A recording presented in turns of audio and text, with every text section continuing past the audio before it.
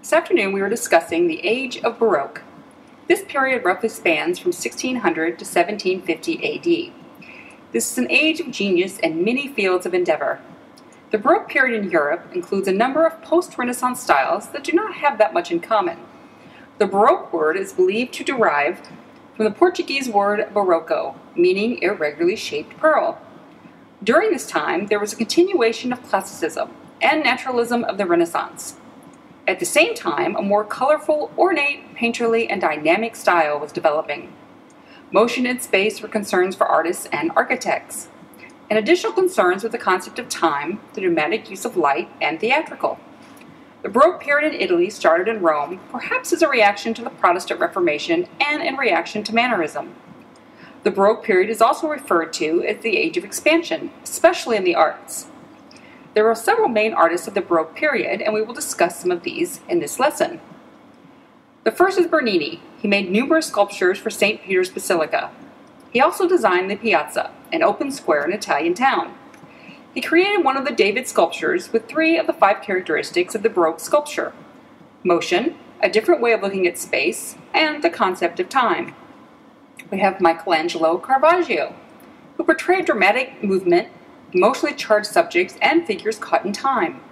He also developed tenebrism, which is exaggerated chiaroscuro, translated as dark matter.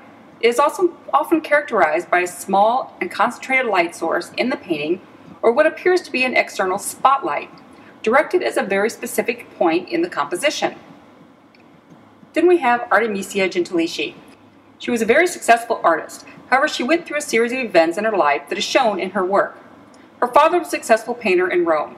Her work was emotional and depicted stories and subjects in a different light. She was raped during her apprenticeship, and many historians believe her personal struggles dealing with the trial of her accuser led to an obsession with her work. She had a painting, Judith decapitating Holofernes, whom she portrays a woman cutting off a man's head. This is also a direct version of the painting Judith and Holofernes by Caravaggio, whom she looked up to.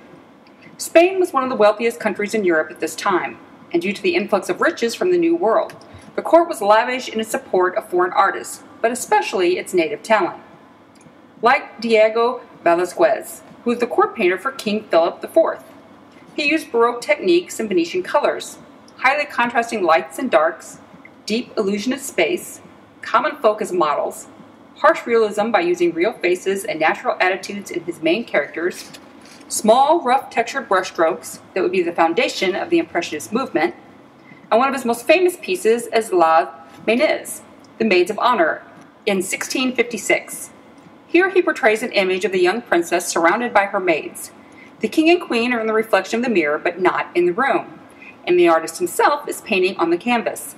Within this piece, there are many hidden icons and a representation of Velázquez's devotion to the king. We have Peter Paul Rubens, who is one of the most sought-after artists of this time. He was an ambassador, diplomat, and court painter. He used sculptural qualities in figures, dramatic chiaroscuro, color and texture like the Venetians, theatrical presentation like the Italian Baroque, and dynamic energy and unleashed passion of the Baroque style. We have Rembrandt.